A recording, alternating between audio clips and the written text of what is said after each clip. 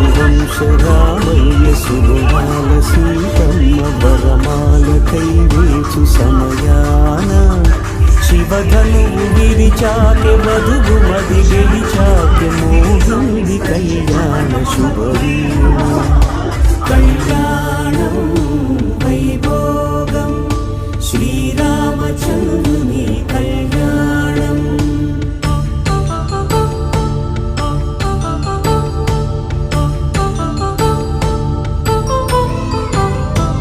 అపరంజి తరుణి అందాల రమణి వినగానే కృష్ణయ్య లీలామృతం గుడి దాటి కదిలింది తన వెంట నడిచింది గెలిచింది రుక్మిణి ప్రేమాయణం కళ్యాణం